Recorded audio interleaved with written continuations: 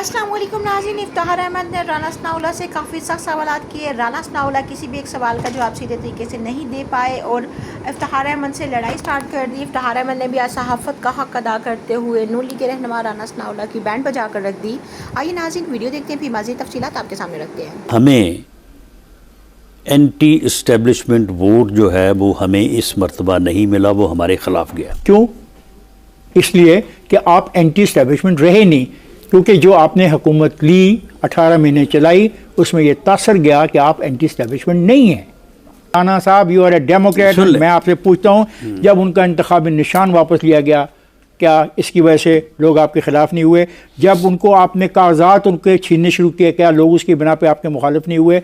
जब आपने उनको जलसे जुलूस नहीं करने दिए और आपने इस अमल की मजम्मत नहीं की एज ए पोलिटिकल पार्टी, तो लोगों ने कहा ये तो सारे के सारे इस्टेब्लिशमेंट के लोग हैं। बहरहाल 8 तारीख के इलेक्शन में पड़ने वाले वोट के रुझान को अगर देखें तो मेरे पास कोई ऐसा आर्गूमेंट नहीं है कि मैं आपकी इन बातों की तरदीद कर सकूं। आपको अफसोस नहीं होता कि जो इतनी लंबी तारीख आप मुझे बता रहे हैं, इतने साल तक आप एंटी इस्टेब्लिशमेंट रहे और आपने सिर्फ 18 महीने में इक़्तिदार में रहने की खातर सब कुछ गवा दिया जो बकौल आपने इतनी जिद्दोजहद से हासिल किया था? साड़ी ते गल हो गई है। राना साहब, ये आपसे मनसूब क्यों किया गया? क्या साड़ी ते गल हो गई है? किस हवाले से? इलेक्शन में किससे आपकी बात होगी जी? नहीं, हमारी बात तो आपस में ही होती है, पार्टी की बात पार्टी में होती है। तो ये बात बतौर स्लोगन अवाम तक कैसे पहुंची? साड़ी ते गल हो गई है। क्या आप नहीं समझते हैं कि इस स्लोगन की वजह से आपको इंतखाबात में नुकसान हुआ? नहीं, बिल्कुल नहीं। अच्छा, क्या आप इस बात को नहीं समझते कि जो मैंडेट था आपके पास 2018 में एंटी इस्टेब्लिशमेंट होने का, वो मैंडेट और पार्टी के पास चला गया? क्या ये वजह थी आपकी शिकस्त की? हमने इक़्तिदार में तो मुल्क को डिफ़ॉल्ट से बचाने के लिए हमने इसमें देखो कोई दूसरी राय नहीं है कि हमने अपना कैपिटल जो पॉलिटिकल कैपिटल है उसको बर्न किया। वोट ऑफ नो कॉन्फिडेंस आप कामयाब हो गए। पाकिस्तान की पार्लियामानी तारीख में बड़ा पॉजिटिव स्टेप था कि तब्दीली का अमल पार्लियामेंट में से जन्म लिया। आप ये बताना पसंद करेंगे कि उसके बाद नए इंतखाबात में जाने से आपको किसने रोका था?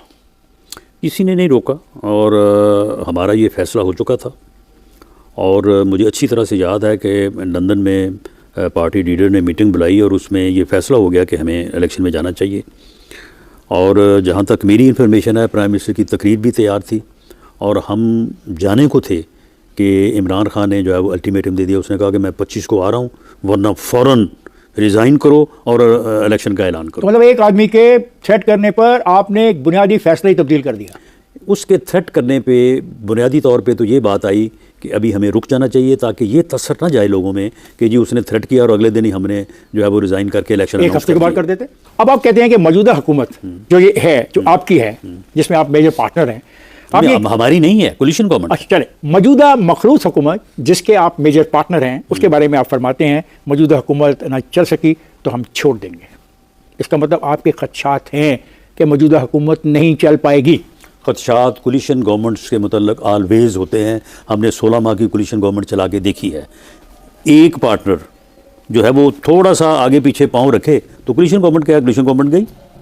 तो फिर कर क्या रहे हैं आप? यानी पिछले 2, 2.5, 3 साल में आपने किया क्या? जब पहला सवाल मैं करता हूं, मैं पहला जब देखें, जब मैं प्लीज लेट मी मैं बाजवा का सवाल करता हूं तो वो आपकी टैक्टिकल फैसला था। जब मैं कहता हूं वोट ऑफ नो कॉन्फिडेंस के बाद आप इलेक्शन में क्यों नहीं गए तो आप कह रहे थे आपको थ्रेट मिल गया। जब निगरान हुकूमत की बात करता हूं तो आपने कहा कि हमने उसकी सच सपोर्ट नहीं की। जब मैं आज की बात करता हूं तो आप कहते हैं कि चौका मखलूत हुकूमत है तो किसी लिए भी टूट सकती है। तो ये सारा सफर जो आपने तय किया, इसके लिए फिर आप जवाबदेह हैं आवाम को या नहीं? और सिर्फ आपको ही नुकसान नहीं हुआ, आवाम को भी हुआ। महंगाई बढ़ी, बेरोजगारी बढ़ी, मुल्क के अंदर ऐसी सूरत हाल जन्म ले चुकी है जिसके बारे में कुछ नहीं कहा जा सकता कि कल क्या होगा। नहीं, तो मामला ये है कि आज ये सारा कुछ आप घेर के जो आप हमारे जो है वो सर पे रखने की कोशिश कर रहे हैं, आप वो 17-18 में क्यों नहीं जाते? आप 17-18 में ये सारा कुछ नहीं था। उस वक्त मुल्क भी मुस्तहकम था, मौशियत भी मुस्तहकम थी, तो फिर वो ड्रामा जो किया उस ड्रामे पे क्यों नहीं? मैंने उस ड्रामे को सपोर्ट तो नहीं किया। मैंने उस ड्रामे को तो उसी की वजह से सारा नहीं, मैंने उस ड्रामे को सपोर्ट ही किया। तो फिर मैं एक पॉलिटिकल एक्सपर्ट से पूछ रहा हूँ भाई, जो मेरे सामने बैठा हुआ है। You are not a common political worker, you are the man who knows. आप जानते हो कि सियासत क्या है। मैं उससे सवाल कर रहा हूँ, फिर ये 2 साल क्या थे?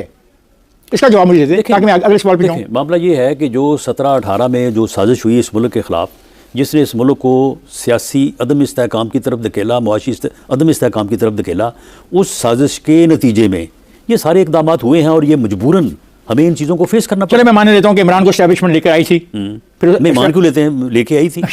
अब आपके बारे में कहा जा रहा है कि वो आपको लेकर आए और आप मानने को तैयार नहीं, और अब आपको ये खदशा है, और इस खदशे का इजहार आपने चंद दिन पहले किया है कि सह तरफा बातचीत नहीं हुई तो सबका खात्मा होगा। और आज उन्होंने मुतालबा किया है कि 9 मई के वाक़यात की तहकीकात के लिए आज़ाद कमीशन बनाया जाए। इस सारी सूरत हाल पर आप क्या कहते हैं? देखें, हम PMLN या गवर्नमेंट कह लें, इसमें बाकी सारी सियासी जमातें भी आ जाते हैं, हम एक हकीकत हैं। कोई ये कहे, सुन लें, कोई हमें तस्लीम करने से इनकारी हो तो ये गलत बात है। हम एक हकीकत हैं। PMLN मियां नवाज शरीफ पाकिस्तान की एक बहुत बड़ी हकीकत है, इमरान खान भी एक हकीकत है, इस्टेब्लिशमेंट भी एक हकीकत है। तीनों को बैठना पड़ेगा, इसके बगैर बात नहीं बनेगी। तो तीनों को बैठने के लिए वो मुतालबा कर रही है एक पार्टी के 9 मई की तहकीकात कराने के लिए आज़ाद कमीशन बनाया जाए, तो आप इसको सपोर्ट करते हैं? साइड इसका जवाब जो है, ये दोनों जो दूसरी दोनों हकीकतें हैं, एक हकीकत तो मेरे सामने बैठी है। नहीं, मैं PMLN बतौर जमात एक फ़ैसला करने या बात कहने की पोजीशन में तो नहीं हूँ। वो फैसला जमात करेगी ज़ाती तौर पे। मैं समझता हूँ कि इसके ऊपर बात होनी चाहिए। इस बात के अंजाम में नए इलेक्शन होने चाहिए। नए इलेक्शन, देखें, हम कोई CSS का एग्जामिनेशन पास करके तो नहीं आते, ना ही हमने कोई वार कोर्सेज किए होते हैं और उसके बाद जनाब वो हमारे कंधों के ऊपर जो है वो स्टार लगते हैं। हमारा तो स्टार एक ही है, वो है इलेक्शन, अवाम का मैंडेट। इफ्तिखार साहब, अगर ये मुतनाज़ा हो जाए तो हम परफॉर्म नहीं कर सकते। सियासतदान, सियासी जमात एक फेयर अवामी मैंडेट के बगैर परफॉर्म नहीं कर सकती। जी तो नाज़रीन, आप लोगों ने इफ्तिखार अहमद और राना सनाउल्लाह की पूरी गुफ्तगू सुनी। यहाँ पर इफ्तिखार अहमद ने राना सनाउल्लाह की छिटोल करते हुए कहा कि आप तो कहते थे कि हमारी बात हो चुकी है, ये इलेक्शन हमारा है और हम ही जीतेंगे। तो यहाँ पर राना सनाउल्लाह का कहना था कि मैंने ऐसा नहीं कहा। तो फिर इस्टेब्लिशमेंट को लेकर उन्होंने कहा कि आप लोग इस्टेब्लिशमेंट को मानते हैं। तो राना सनाउल्लाह कहने लगे कि नहीं, हमने आज तक जो भी इलेक्शन विन किया वो इस्टेब्लिशमेंट के बगैर ही विन किया। तो फिर इफ्तिखार अहमद ने कहा कि ये वाला इलेक्शन फिर आप लोगों ने इस्टेब्लिशमेंट के साथ मिलकर क्यों विन किया। और इमरान खान को लेकर वो कहने लगे कि इमरान खान ने 4 साल हुकूमत में पाकिस्तान का बेड़ा गर्क करके रख दिया, इसलिए हम लोग 18 माह की हुकूमत में कुछ नहीं कर सके और अब हम पाकिस्तान के लिए बहुत कुछ करेंगे।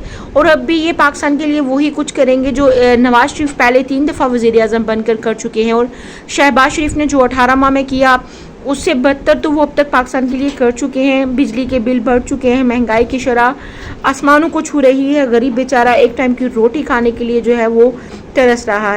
इन लोगों का